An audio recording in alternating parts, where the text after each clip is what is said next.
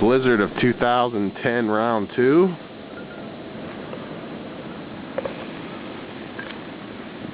To give you an idea of the winds, they say the snow has already stopped, and it's pretty much still blizzard conditions.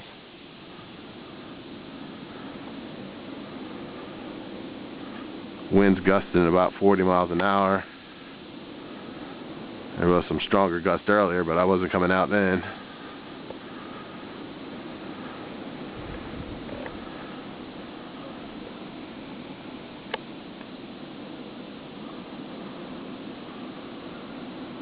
But it's blowing around pretty good.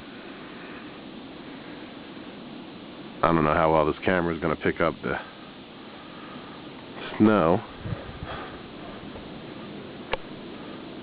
And there's a look at the fence above the front there. So it's at least 3 foot of snow underneath the pine trees. So I would guess there's at least 4 foot of snow. This car was dug out yesterday. As you can see, it's pretty deep.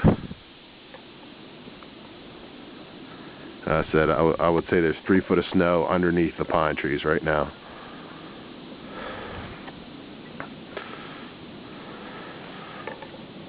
My truck was totally clear yesterday.